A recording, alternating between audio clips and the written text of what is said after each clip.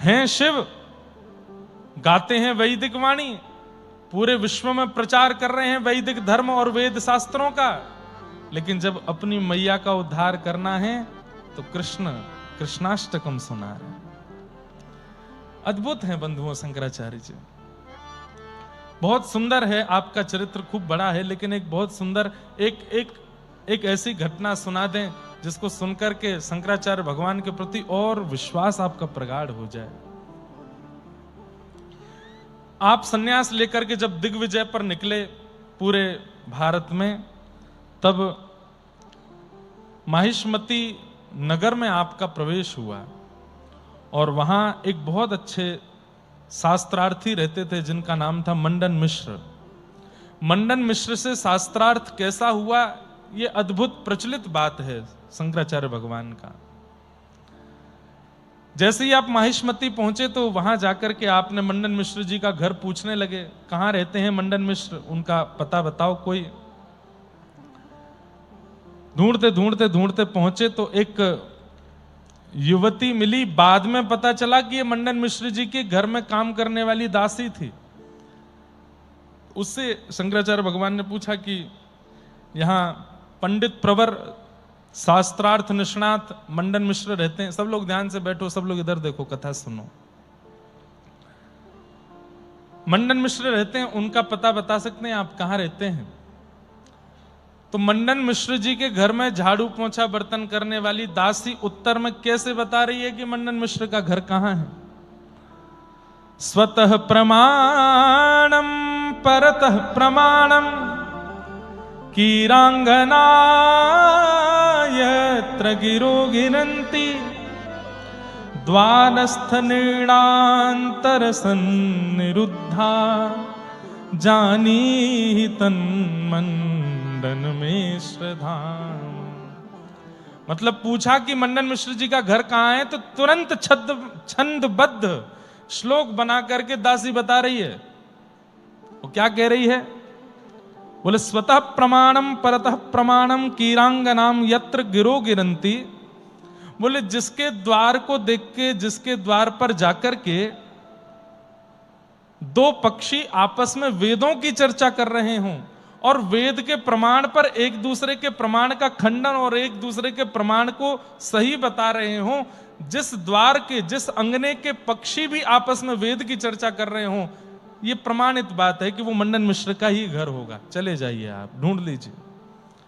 शंकराचार्य भगवान बोले, मतलब जिस घर के पक्षी भी वेद शास्त्रों की बात करते हैं, संस्कृत में चर्चा करते हैं, वो मंडन मिश्र का घर है।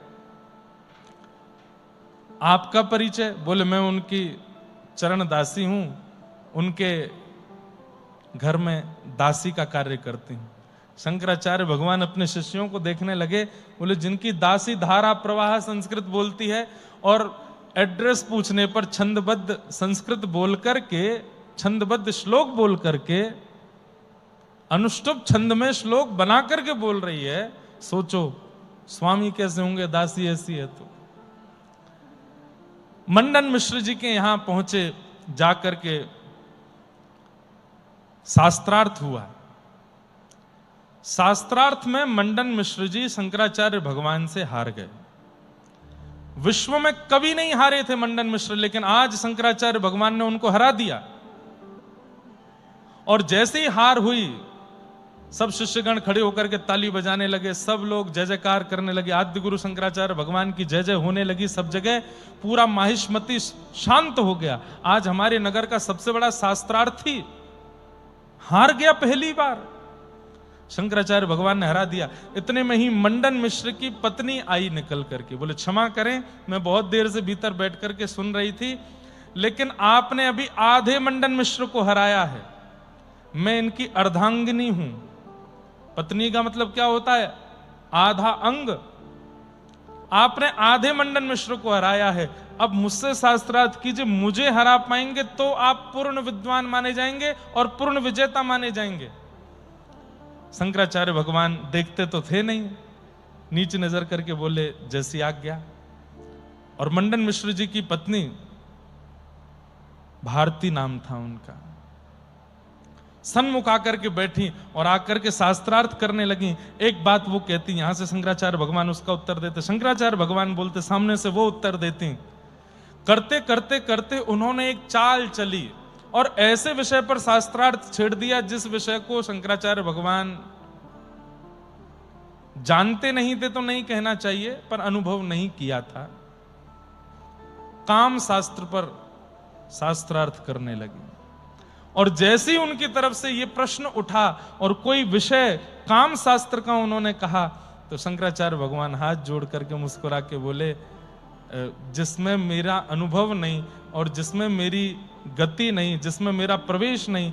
कई शास्त्र ऐसे होते हैं जो केवल पढ़ लिए जाते हैं और उनका ज्ञान दे दिया जाता है, पर कई शास्त्र ऐसे होते हैं उनका अनुभव किया जाता है। आप जिसके विषय में चर्चा कर रही हैं ये अनुभव की बात है और मैं सन्यासी हूं, मैं इस विषय में जानता नहीं हूं। तुरंत मंडन मिश्र जी की पत्नी खड़ी हो गई, ताली बजाइए, मैं जीत गई हूं, ये हार गई, अपने हार मान रहे हैं, ये मेरे प्रश्न का उत्तर नहीं दे रहे, अब उसके पीछे कारण चाहे जो भी हो, हारे ना। सब लोग ताली बजाने लगे, पूरा माहिष्मती कहने लगा हमारे मंडन मिश्र जीत गए। शंकराचार्य भगवान बोले, मैं अपनी हार अभी के लिए स्वीकार करता हूं, लेकिन अगर आप मुझे 6 महीने का अवसर दें तो मैं 6 महीने बाद फिर आऊंगा। तो व्यंग कसने लगी, अच्छा तो क्या सन्यास से आप गृहस्थ में प्रवेश करेंगे इस विषय की जानकारी के लिए? शंकराचार्य जी बोले, आप बस 6 महीने की अनुमति दीजिए, करना क्या है ये मैं देख लूंगा, ना मेरा सन्यास धर्म टूटेगा और ना ही मैं गृहस्थ आश्रम में प्रवेश करूंगा, पर 6 महीने की मुझे अनुमति दीजिए। पूरा नगर इकट्ठा था और इस पर तो स्वच्छंद चर्चा हो सकती है। एक एक श्लोक कौन कौन से वहां मंडन मिश्र ने बोले, कौन कौन से शंकराचार्य भगवान ने बोले, कैसी तत्व की विवेचना आपस में एक दूसरे के बीच में हुई और फिर उसके बाद उनकी पत्नी ने क्या क्या, उस पर तो पूरी एक कथा 3-4 दिन का सत्र हो सकता है। 6 महीने का अवसर मांगा और कहा 6 महीने की आप बस मुझे मोहलत दीजिए, ना मेरा सन्यास टूटेगा और ना ही मैं गृहस्थ में प्रवेश करूंगा, पर 6 महीने बाद आपके सारे प्रश्नों का उत्तर दूंगा। आपने कहा ठीक है।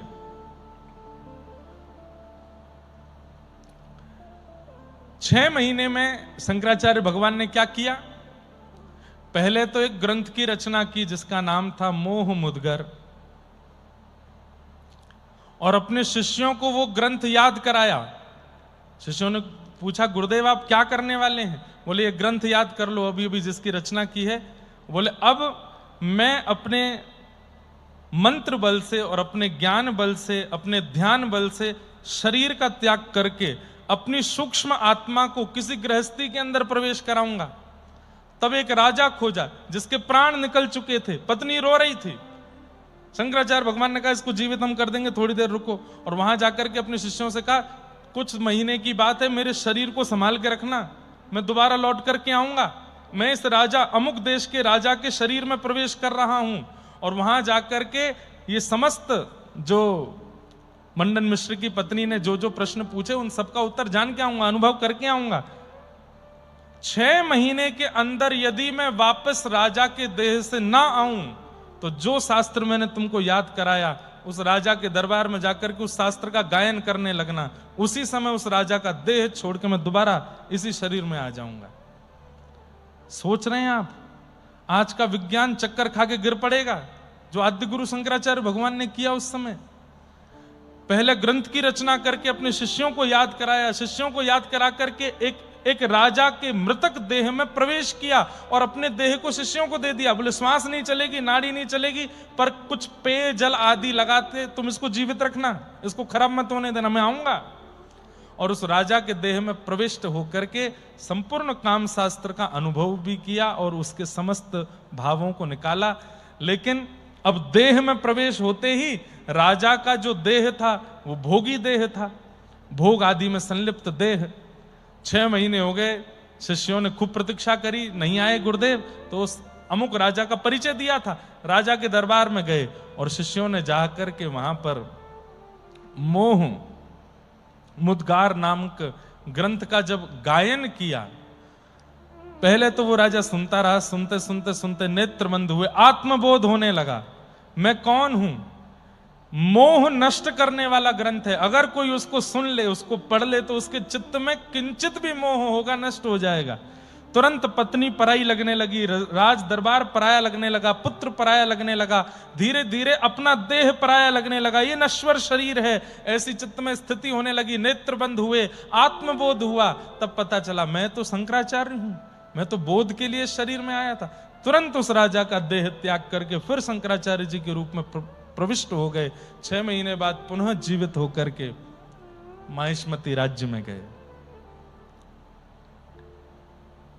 सुभारती सामने बैठी है, शंकराचार्य भगवान बोले वही प्रश्न से प्रारंभ कीजिए जो पिछली बार किया था 6 महीने पहले। बोली आप तो देह त्याग दिए थे, कहां गए, कैसे, क्या करे। बोले वो सब बात का विषय, पहले शास्त्रार्थ पूरा करो। और उन्होंने शास्त्रार्थ किया, और जो जो विषय वो उठाती गई, जिसमें संकोच होता है एक सन्यासी को बोलने में, उन सब विषयों पर ऐसे धारा प्रवाह उत्तर देकर के उनकी पत्नी को भी हरा दिया। और अब कहने लगे अब पूर्ण मंडन मिश्र हार गए हैं और शंकराचार्य जीत गए हैं। और जीत करके उन्होंने मंडन मिश्र को अपने पक्ष में लिया, और अपने पक्ष में लेकर के उस समय जो चल रहा था विवाद, जिसके कारण धर्म की हानि हो रही थी, उसमें मंडन मिश्र जी का साथ होना बहुत जरूरी था। उनको साथ लेकर के और फिर धर्म की रक्षा में दोनों आगे बढ़े, और आगे चल करके धर्म का पालन किया, रक्षण किया। ऐसे आद्य गुरु शंकराचार्य भगवान। धर्म बचे, शास्त्र बचे, वेद बचे, गौ बचे, तीर्थ बचे, इसके लिए शंकराचार्य भगवान पधारे। और आज हम लोगों ने उनकी बचाई हुई समस्त स्थितियों का पुनः नाश करना प्रारंभ कर दिया है।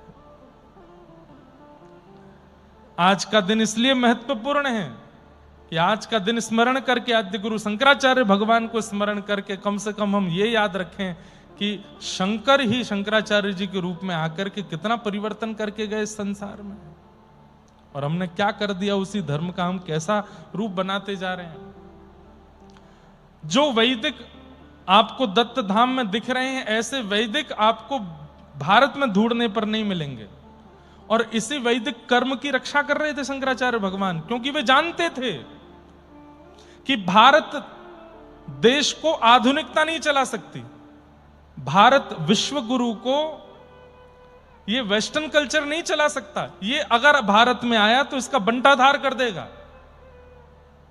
इसलिए वैदिक बचे, वेद बचे, गौ बचे, गोवी ही विप्रैश्च वेदैश्च सती भी सत्यवाद भी अलुब्धा दानशीलश्च सप्तैते धार्यते मही। सातों का रक्षण होना बहुत जरूरी है। कौन कौन? गोवी ही गाय, गोवी ही विप्रैश्च विप्र, वेदैश्च वेद, गोवी ही विप्रैश्च वेदैश्च सती भी पतिव्रता नारी, सत्यवाद भी सत्य बोलने वाला, अलुब्धा लोभ रहित व्यक्ति, दानशीलश्च दान करने वाला। ये 7 यदि बचेंगे तो भारत विश्व गुरु बन सकता है, नहीं तो भारत फिर से नष्ट हो जाएगा। इन 7 के रक्षण के लिए आद्य गुरु शंकराचार्य आए, और आज ये 7 ही खतरे में हैं भारत में। गाय भी खतरे में है, विप्र भी खतरे में है, वेद भी खतरे में है, पतिव्रता नारियां भी खतरे में है, सत्य बोलने वाले लोभ रहित व्यक्ति सब खतरे में। आज का दिन उत्सव मनाने का नहीं है, आज का दिन चिंतन करने का है कि जिन शंकराचार्य भगवान ने हमारी इतनी रक्षण की है, उत्तर को भारत से जोड़ा, उत्तर को दक्षिण से जोड़ा, पूर्व को पश्चिम से जोड़ा, पूरे भारत को एकजुट करने का प्रयास किया जिन शंकराचार्य भगवान ने। आज उनकी जन्म तिथि है। यहां अगर मना रहे हैं दत्त धाम में, तो आपको उत्सव मनाने का अधिकार है, क्योंकि यहां इन 7 की रक्षा हो रही है। दत्त धाम में चारों तरफ देखने पर क्या मिलेगा? गौ रक्षण, विप्र रक्षण, वेद रक्षण, पतिव्रता नारियों का रक्षण, सत्य बोलने वालों का रक्षण। क्यों? लोग इतना झूठ बोलते हैं, इसलिए यहां नियम ही बना दिया, मौन मास्ताम, मौन रहो। मौन रहोगे तो झूठ बोले ही नहीं पाओगे। सत्य रक्षण हो रहा है कि नहीं? अलुब्धा लोभ रहित व्यक्ति, यहां किसी से दान पुण्य नहीं लिया जाता। कितनी बार, 3 बार कथा हो चुकी, कितने बड़े बड़े लोग आकर के कह चुके महाराज जी हम कुछ दे दें। मैंने कितनी बार हमारे मंदार जी से और भी मैंने की कुछ सेवा, बोले महाराज जी का स्पष्ट मना ही है, दत्त धाम में कोई सेवा नहीं कर सकते। दत्त प्रभु के द्वारा चुने गए जो कुछ परिवार हैं उनके अलावा किसी से भी सेवा लेने का हमको आज्ञा नहीं है। अभी शनिवार रविवार आएगा, अभी इतनी संख्या में है, कितनी भीड़ बढ़ जाएगी, कितने लोग प्रसाद पाएंगे। और जो लोग यहाँ पूरे 15 दिन रुकने वाले हैं, पूर्णिमा भी आएगी कथा के बीच में, पूर्णिमा आएगी ना, पूर्णिमा के दिन दत्त प्रभु का उत्सव होगा, उस दिन देखना कितनी भीड़ आएगी, आसपास के ग्रामीण सब लोग आएंगे, सबके लिए प्रसाद बनता है, वही इक्वल प्रसाद सब लोग पाते हैं, फ्री में नहीं होता। गृहस्थी दिन रात कमाने वाले एक भंडारा करने में तो उनकी कमर टूट जाती है। यहां नित्य भंडारा चल रहा है, जितनी बार आ जाओ जो आओ पाओ, और लेने के नाम पर कोई दान पेटी नहीं, कोई QR कोड नहीं, कोई कुछ नहीं, अलुब्धा, लोभ रहित बना रहे। सातों का रक्षण जिनके लिए आद्य गुरु शंकराचार्य भगवान महाभारत भगवान श्री कृष्ण कह करके गए थे कि भारत का रक्षण तभी होगा ये 7 बचेंगे, उन 7 का रक्षण यहां हो रहा है। भगवान करे कि दत्त धाम से एक संक्रमण की तरह, मैं शब्द हो सकता है मेरा गलत हो पर कोई दिक्कत नहीं है, संक्रमण की तरह ये वेद रक्षण, विप्र रक्षण, गौ रक्षण, लोभ रहित व्यक्तियों का रक्षण और सती भी सत्यवादियों का रक्षण, ये जो नियम यहां के हैं वो संक्रमण की तरह फैल जाएं और पूरे भारत एक दिन दत्त धाम जैसा ही हो जाए। महाराज जी अब तो लोग बाग हमको जानने लग गए, नहीं तो पहले हम धोती बगलबंदी पहन के फ्लाइट में घुसते थे तो एयर होस्टेस को लगता था कोई एलियन आ गया है, ये कौन है, तिलक लगाए बगलबंदी धोती पहने। मतलब जब छोटा था तो मुझे इतनी शर्म आ जाती थी कई बार कि लोग ऐसे क्यों देखते हैं। हमारे माथे पर तिलक और पीछे शिखा देख करके लोगों को यह लगता था कि मतलब इनको जीने का अधिकार ही नहीं है, जी क्यों रहे हैं। भारत में रहकर के ये हो रहा था, पर धीरे धीरे अब थोड़ा परिवर्तन हुआ है, धीरे धीरे अब थोड़ा, या फिर ऐसा कह लो हमको लोग जान गए इसलिए हमको अनुभव नहीं होता, जिनको लोग नहीं जानते शायद उनके साथ यही व्यवहार भी होता है आज भी। दत्त धाम में सिले हुए वस्त्र पहन करके भाई लोग नहीं रहते, नीचे धोती ऊपर ऊपरना। आज से 500 वर्ष नहीं, 250, 300, 400 साल पहले भी भारतीय ऐसे ही रहते थे, नीचे धोती ऊपर ऊपरना, खूब सारे गहने पहनते थे, सुंदर पाग पहनते थे, सब पहन करके घूमते थे बढ़िया। आज टी शर्ट पहनते हैं, शर्ट पहनते हैं, पैंट पहनते हैं। हमने तो छोड़ दिए, 10 साल हो गए, हमने तो छुआ भी नहीं है, पहनते ही नहीं, पैंट वगैरह नहीं पहनते और पहन के रह भी नहीं सकते। अब मैं टी शर्ट जीन्स पहन के कथा करने आ जाऊं कितना अटपटा लगेगा। दिगंबरा दिगंबरा श्रीपाद वल्लभ दिगंबरा, गा रहे हैं दिगंबर और पहन रखे हैं सबरे अंबर। दिगंबर मतलब क्या है, आकाश ही जिनके वस्त्र हैं उनको दिगंबर कहते हैं। अंबर ही जिसके तन को ढकता हो, ऐसे अवधूत श्री दत्त भगवान, उनको दिगंबर कहते हैं। और वाणी का प्रभाव नष्ट हो जाएगा।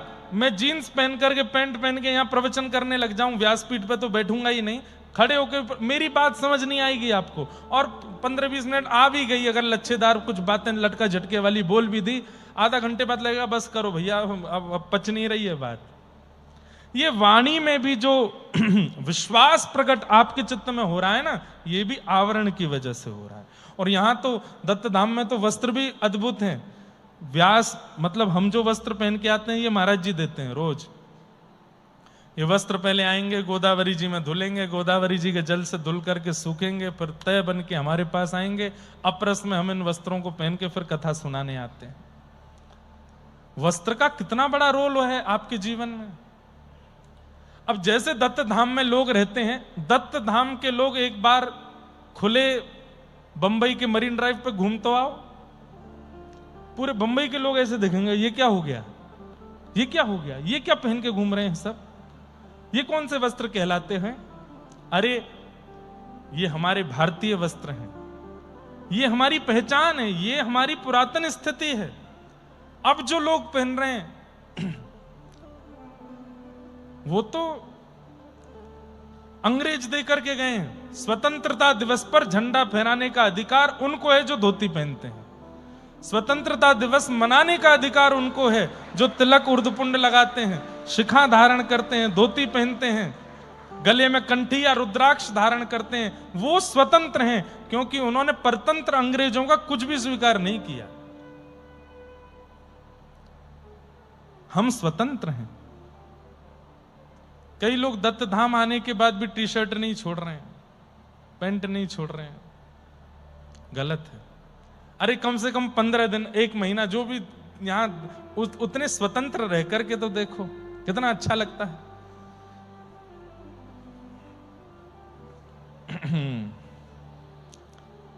हम जो कथा में बगलबंदी भी पहनते हैं ना, वो भी कोई सिला हुआ वस्त्र नहीं, पर हाँ उसमें थोड़ा सिलाई होती है। बाकी बगलबंदी भी एक उपरना ही है, बस उसमें तनी बना दी है बांधने की, ऐसे यहां बांधो यहां बांधो, है वो खुला हुआ ही। सिर के ऊपर से पहनने वाला और पैर डाल करके पहनने वाली जो भी वस्त्र हैं उनको भारतीय वस्त्र नहीं माना जाता। भारतीय वस्त्र तो कमर से पहना जाएगा, अंग के ऊपर से धारण किया जाएगा, सिर के ऊपर से धारण नहीं होता, या पैर उठा करके डाल करके धारण नहीं होता। वो भारतीय वस्त्र नहीं है। पजामा, लोग सोचते हैं ये भारतीय, ना, पजामा हमारे पड़ोसियों का है, समझ गए, उनका है, हमारी तो धोती है। हमारे यहां तो सब धारण किया, उसकी अपनी एक परंपरा। अब ज्यादा काय को डांटूं आपको। चलो, इस प्रकार शंकराचार्य भगवान को हम प्रणाम करते हैं और प्रणाम करके बस उनसे प्रार्थना करते हैं, हे शंकराचार्य भगवान, आप जिस कार्य के लिए पृथ्वी पर आए वो कार्य करने में हमको सामर्थ्य प्राप्त हो, ऐसी कृपा करो। वो कार्य यहां तो हो रहा है। महाराज जी, 2-3 दिन से मेरे मन में बहुत आ रहा था, आज शंकराचार्य जी का जन्मोत्सव है। गोस्वामी तुलसीदास जी महाराज ने महादेव की एक बहुत सुंदर स्तुति गाई है। आज वो स्तुति गाकर के शंकराचार्य जी का चरित्र हम विश्राम करते हैं और कृष्णदास जी का चरित्र प्रारंभ करेंगे, क्योंकि त्र्यंबक भगवान की भी ये भूमि है और शंकराचार्य भगवान का आज प्रादुर्भाव है। और सामने भी जो दत्त प्रभु यहां विराजमान हैं वो शिव प्रमुख दत्त हैं। इसलिए आइए शंकर जी को हम लोग प्रणाम करें। और फिर से फोन अगर चल रहा हो तो शंकरम संप्रदम, गोस्वामी तुलसीदास जी महाराज की, अब ये शब्द यहां यूज करना तो अच्छा नहीं लगता है, परंतु अनटच्ड स्तुति है, बहुत कम लोगों ने इसको गाया है, पर मुझे इतनी प्रिय है। महादेव की स्तुति गाते हैं, शंकरम संप्रदम सज्जनानंददम शैलकल्यावरम परम रम्यम शंकरम संप्रदम सज्जनानंददम शैलकल्यावरम परम रम्यम शंकरम संप्रदम सज्जनानंददम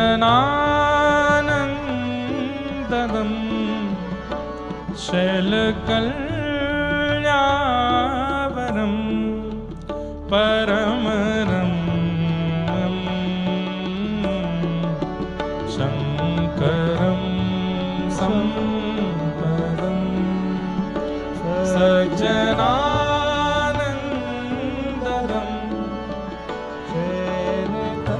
अगर फोन में खुल गया हो तो गाइए मेरे साथ। बहुत सुंदर स्तुति है।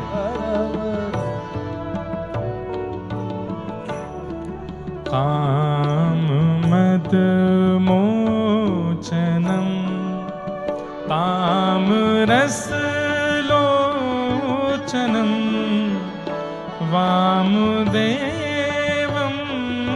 भजे भावगम्यं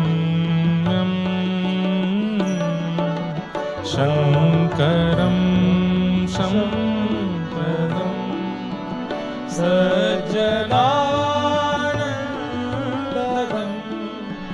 शैलकल्यावरं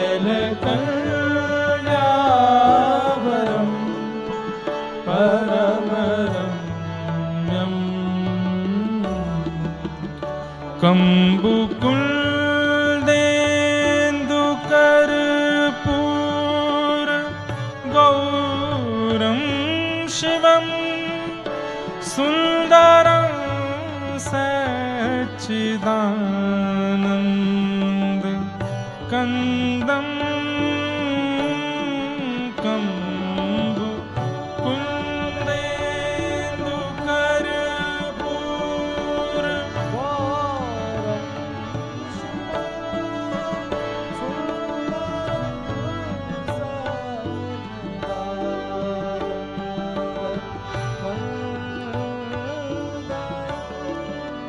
सिद्ध सनकादियोगेन्द्र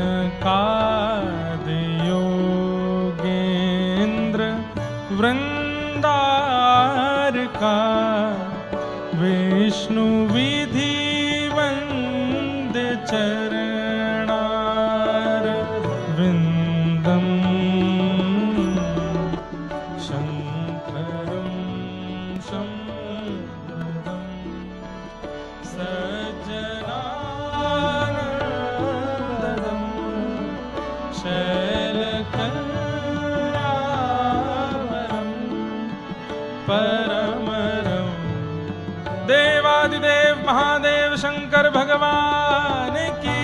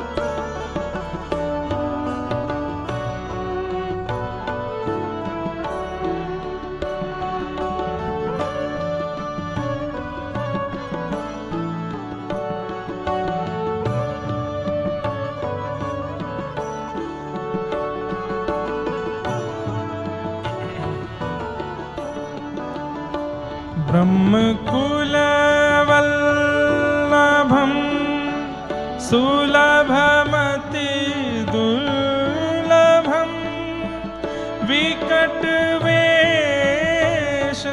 विभुं वेदपारं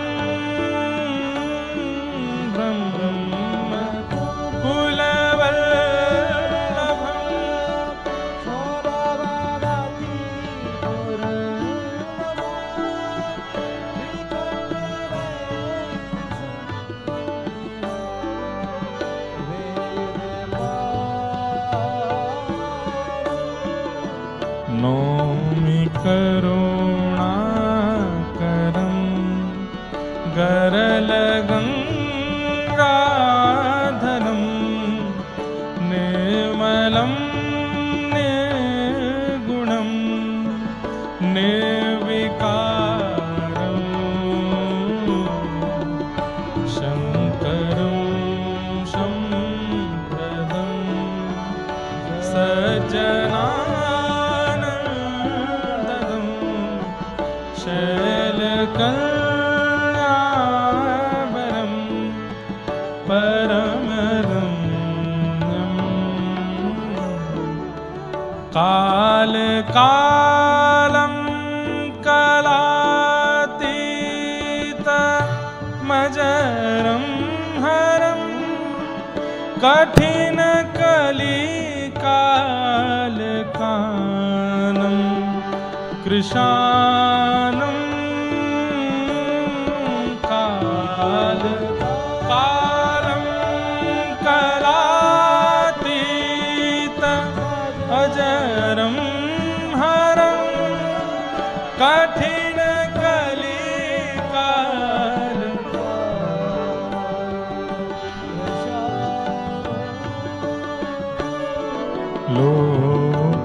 लोकनाथम शोक शूल निर्मूलनम शूलिनं मोहतं भूरि भानु शंकरं शंकरं सज्जनानन्दं शैलकल्याणवरम्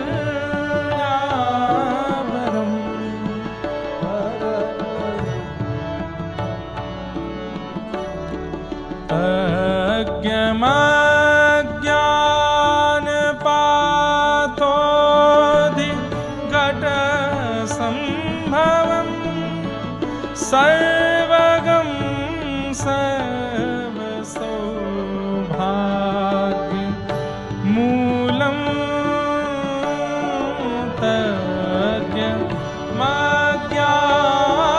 पाथोधि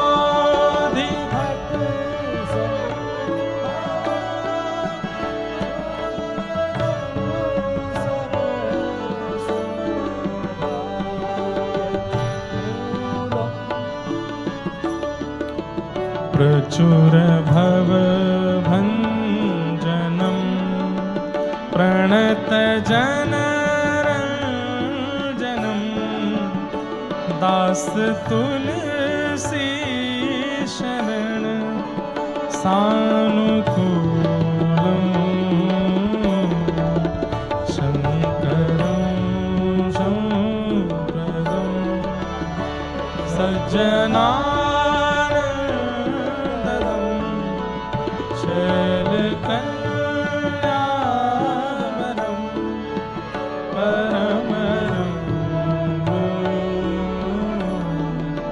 शंकरं शंकरं शंकरं शंकरं शंकरं शंकरं देवादिदेव महादेव शंकर भगवान की आद्य गुरु शंकराचार्य भगवान की नमः पार्वती पतये हर हर। महाराज जी एक अपने मन की एक बहुत बड़ी बात जो शायद मैंने कभी किसी को नहीं बताई, आज यहाँ दत्त प्रभु के सामने बोल दूं और कोई नहीं जानता इस बात को, चाहे वो कितना भी सन्निकटवर्ती मेरे क्यों ना हो। अगर कभी ठाकुर जी प्रकट होकर के प्रसन्न होकर बोलने लगे कि वर मांगो, तो हम दो लोगों के दर्शन की वरदान मांगेंगे ठाकुर जी से। पहले तो उनको ही देख लेंगे, खूब जोर से निहार के, सब जगह से ढूंढ धाड़ के ठाकुर जी को खूब नेत्रों में बसा के, और फिर ठाकुर जी से हमको दो लोगों के दर्शन का वरदान चाहिए। एक तो भक्तिमती मीराबाई और दूसरे गोस्वामी तुलसीदास। और इन दोनों से मिलके हमको ये पूछना है कि ये शब्द हाथ से तो नहीं लिखे जा सकते, मन से तो नहीं प्रकट किए जा सकते, बुद्धि में तो ये शब्दों की कोई डिक्शनरी खोल ही नहीं सकता है। आपके पास ये शब्द कहां से आते हैं? विनय पत्रिका गोस्वामी तुलसीदास जी की मैं नित्य रखता हूं साथ में, जबकि मैं पद ज्यादातर व्रज के रसिकों के गाता हूं, अष्ट सखाओं की वार्ता करूंगा, लेकिन विनय पत्रिका हमेशा पास रहती है। विनय पत्रिका कई पद है, ये शंकर स्तुति, शिव स्तुति जो अभी गाई, ऐसे सुंदर सुंदर पद हैं। और श्री राम जी की लेखनी को किस ढंग से आप प्रणाम करोगे? मतलब कवित्व साहित्य में, मैंने कल कहा ना, सूरदास जी से कहा गया कि दुनिया में सबसे बड़ा कवि कौन? तो सूरदास जी बोले मैं। बोले गोस्वामी तुलसीदास? बोले वो कवि थोड़े ही हैं, वो कविता थोड़ी लिखते हैं, वो तो मंत्र प्रकट कर देते हैं, जिस मंत्र का अनुष्ठान कर लिया जाए तो ठाकुर जी प्रकट हो जाएं। तुलसीदास तो मंत्र लिखते हैं। और भक्तिमती मीराबाई, प्रेम की ऐसी अवस्था शायद कोई नहीं गा पाया जैसी मीराबाई ने गाई है। पतियां मैं कैसे लिखूं। किसी ने कहा मीराबाई तुमको ठाकुर जी की बहुत याद आती है, पत्र लिखा करो। तो मीराबाई कहती हैं पतियां मैं कैसे लिखूं, लिखी ही न जाए।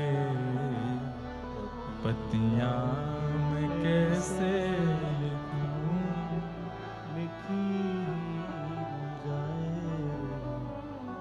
कलम धरत मेरो कर कांपत है, कलम धरत मेरो कर कांपत है। नैन रहे हैं झराए, नैन रहे झराए। बंधुओं, गोस्वामी तुलसीदास जी ऐसे शब्द लिखते हैं कि उस शब्द को सुनकर के मन झंकृत हो जाता है। पर मीराबाई शब्द नहीं लिखती, कविता नहीं लिखती है मीराबाई। मीराबाई तो अपना विरह लिखती हैं। वो शब्द किसी को प्रभावित करने वाले नहीं लिखती हैं। मीराबाई के तो बड़े सामान्य शब्द हैं, पर मीराबाई के शब्दों में पता चल जाता है कि प्रेम कितना गहरा है। मीराबाई कह रही हैं मैं कैसे पत्र लिखूं। बोले क्यों? कलम धरत मेरो कर कांपत है। मैं लिखने बैठती हूं तो मेरे हाथ इतने कांपते हैं कि मैं लिख नहीं पाती, और जैसे तैसे दूसरे हाथ से अपने हाथ को पकड़ के लिख भी लेती हूं तो वो अपना ही पत्र पढ़ के इतना रोना आता है कि उन आंसुओं के जल से पूरा पत्र धुल जाता है।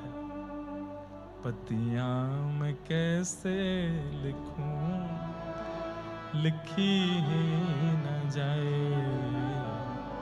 पतियां कैसे लिखूं, लिखी। आपसे भी निवेदन करूं बंधुओं, ठाकुर जी मिल जाएंगे। अगर आपकी भक्ति से प्रसन्न होके, प्रेम से प्रसन्न होके ठाकुर जी आपको मिल जाएं, मेरे कहे से ये भूल मत कर बैठिएगा कि उनको देख करके बस कह दो बस अब सब मिल गया, अब कुछ नहीं चाहिए ना। ठाकुर जी मिल जाएं तो उनको पकड़ के कहना एक वरदान दे जाओ। बोले क्या? जो भक्त आपको प्रिय लगते हो, जैसे मुझे गोस्वामी तुलसीदास जी और भक्तिमती मीराबाई, इन दो के दर्शन की बड़ी अभिलाषा है। ऐसे ही ठाकुर जी से उनके किसी जन के दर्शन की इच्छा कर लीजिएगा। और वैसे तो अब उत्तर भारत में अगर ठाकुर जी प्रकट हुए तो तुलसीदास और मीराबाई, और यदि कहीं ठाकुर जी मुझको महाराष्ट्र में प्रकट होकर के मिल गए तो भक्तिमती श्री जनाबाई और श्री ज्ञानेश्वर माउली। कल पूज्य महाराज जी ने रात्रि में एक बहुत सुंदर बात कही कि ज्ञानेश्वर माउली कहीं गए थोड़ी हैं, वो आज भी हैं। बरवाहो हरि बरवाहो, वो हो है कि वो है, ये अभंग है ज्ञानेश्वर माउली का। बरवाहो हरि बरवाहो, गोविंद गोपाल गुण गरवाहो, गोविंद गोपाल गुण गरवाहो, बरवाहो हरि बरवाहो। इसका अर्थ गुरुजी हमको थोड़ा सा पता है। बरवा मतलब सुंदर है, बरवाहो हरि बरवाहो मतलब आप बहुत सुंदर हो। गोविंद गोपाल गुण गरवाहो मतलब गोविंद गोपाल के गुण गर्व है। अच्छा, श्रवण मंगलम श्रीमदा, सुनने में बहुत अच्छे हैं। श्री ज्ञानेश्वर माउली का पद है। बरवाहो हरि बरवाहो, बहुत सुंदर है। ऐसे ज्ञानेश्वर जी महाराज और श्री जनाबाई जनाबाई का प्रेम भी बहुत अद्भुत है। महाराष्ट्र में तो भाई सब एक से बढ़ के एक हैं। जनाबाई देख लो, सक्कू बाई देखो, नामदेव जी महाराज, तुकाराम जी महाराज, गौरोबा काका। और कल हमारे कृष्णा जी रात में जिनका चोखा मेला, जिनका सुंदर वो सुना रहे थे अभंग, चोखा मेला जी, आज भी मैंने तो सुना है पंडरीनाथ भगवान आज भी उनके गांव जाते हैं। एक दिन साल में पालकी पे बैठ के उनके गांव जाते हैं, क्योंकि पुजारियों ने अंदर प्रवेश करने से मना कर दिया था। वो सामग्री लेके आए तो बोले तेरे हाथ का थोड़ी पाएंगे पंडरीनाथ, वापस लौटा दिया। तो रात्रि में पंडरीनाथ भगवान गए और चोखा मेला जी बेचारे दीनहीन बड़े, और चोखा मेला जी का चरित्र भी बहुत सुंदर है। इनको ये मां के गर्भ से नहीं जन्मे थे। इनके जो माता पिता थे वो ठाकुर जी से पुत्र रत्न की प्राप्ति के लिए ही याचना करने जा रहे थे, आम लेकर के जा रहे थे। तो बीच रास्ते में ही ठाकुर जी एक अन्य संत का रूप धारण करके आए और कहा हमें बहुत तेज भूख लगी है, कुछ हो तो दो। तो संत मिले तो कुछ देना चाहिए, तो वो कुछ 4-5 आम बचा लिए, बाकी के आम संत को दे दिए। बोले अब यही है, बाकी विठोबा को भोग के लिए ले जा रहे हैं। उन संत ने जल्दी जल्दी आम चौंक करके जो बची हुई गुठली थी वो वापस उन्हीं आमों के साथ डाल दी। तो दोनों दंपति ने सोचा अब तो ये झूठे हो गए, अब ये विठोबा को क्या भोग लगाएं। बोले नहीं, इसमें कुछ नीचे रखें, उसको हम लोग पालेंगे। आप दोनों लेकर के चलने लगे। थोड़ी देर में वो इतना भारी हो गया, उनकी माँ ने सोचा इसमें क्या है, खोल के देखा तो छोटा सा उसमें बालक था। तो जिनको ठाकुर जी ने स्वयं आम चौक करके प्रदान किया, ऐसे चोखा मेला, और वो ऐसे बालक आए। माता पिता ने सोचा पता नहीं संसार समाज के लोगों को क्या उत्तर देंगे, उनको वहीं छोड़ दिया। फिर बाद में चोखा मेला जी किसी ऐसे थे तो वो विप्रकुल के मतलब माता पिता, लेकिन फिर बाद में उनको कोई अन्य जाति के लोग ले गए। एक दिन ठाकुर जी का दर्शन करने के लिए अपने बगीचे के खूब सारे आम फल आदि लेकर के गए। मंदिर में जाके ठाकुर जी को भेंट को देने लगे तो पुजारियों ने मना किया, तेरे हाथ का प्रसाद नहीं लगाएंगे। चोखा मेला जी बोले बड़े लोगों के ठाकुर हो भैया, हमारे हाथ का क्यों पाओगे, रहने दो, नहीं खाना तो जा रहे हैं वापस। लौट के चले गए। तो रात्रि में ठाकुर जी विठोबा गए उनके गांव, पंढरपुर के पास ही गांव है। जब पंढरपुर में कथा हुई थी तो वहां के भक्त ही आकर के मुझे सारे चरित्र सुनाते थे। तो चोखा मेला के पास ठाकुर जी गए, बोले हमको फल खिलाओ। फल खाए।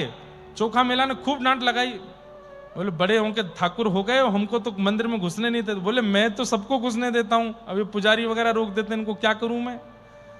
प्रेम से पाए और बोले बाकी के बचे हुए हमारी पीतांबरी में बांध दो। बोले क्यों, रुक्मणी भी आज भूखी हैं, सुबह तुम आए थे, तुमको अंदर नहीं आने दिया तो आज हमने भोजन नहीं किया।